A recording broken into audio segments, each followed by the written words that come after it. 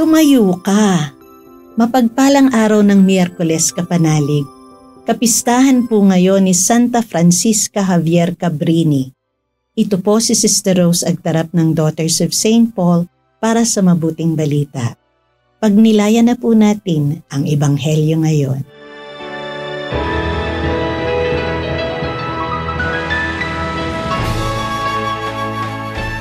Habang papunta si Jesus sa Jerusalem, dumaan siya sa hangganan ng Samaria at Galilea.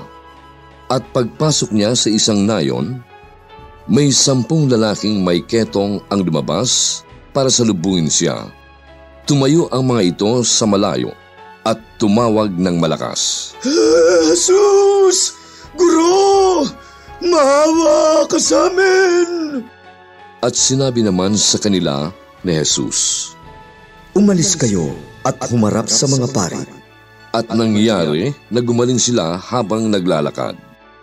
Isa sa kanila ang agad na nagbalik nang makita niyang gumaling siya at pasigaw niyang pinuri ang Diyos. Nagpatira pa siya sa paanan ni Jesus sa pagpapasalamat sa kanya. Isa siyang Samaritano. Kaya sinabi ni Jesus, tumayo ka, iniligtas ka ng iyong pananampalataya.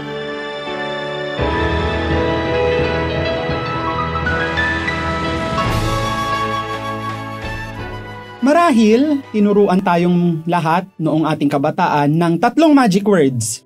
Please, sorry, at thank you. Naalala ko pa kapag bigayan na ng regalo pagkatapos ng Noche Buena, sa tuwing aabutan ako ng regalo, tila ba ay nakabantay sa akin si Mama na may kaakibat na tanong, anong sasabihin mo? Siyempre, thank you po.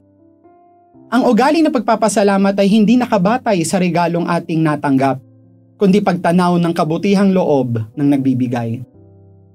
Natunghayan natin sa mabuting balita na may 10 ketongin na nagmakaawa kay Jesus.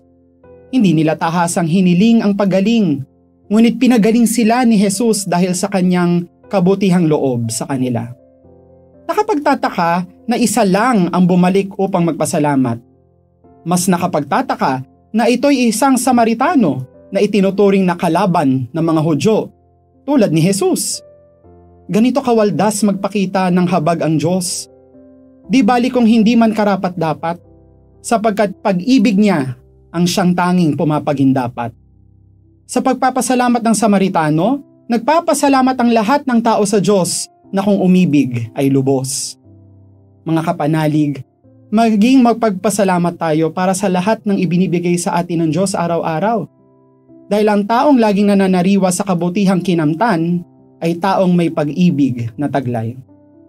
Katulad ng Samaritano, naway ang una't lagi nating panalangin ay salamat sa Diyos at saka humayo upang maging buhay na tugon sa panalangin ng ating kapwang naghihikahos.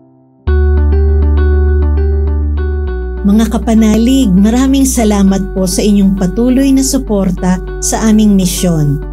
Subscribe, like, and follow po lines sa aming social media accounts. Tulungan niyo po kaming maipagpatuloy ang programang ito at ipadala ang inyong donasyon sa aming donations channels. Kasama pong lagi ang inyong mga intensyon at kahilingan sa aming panalangin araw-araw.